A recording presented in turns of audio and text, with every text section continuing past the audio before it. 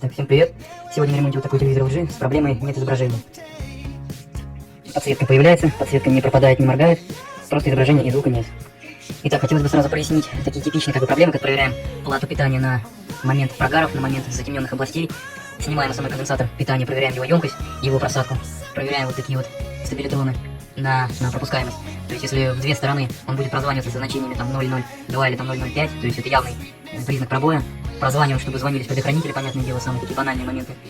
Плюс, если видим какие-то вздувшиеся емкости, вот такие вот мелкие, понятное дело, что их надо снимать, проверять, и, скорее всего, в них проблема будет.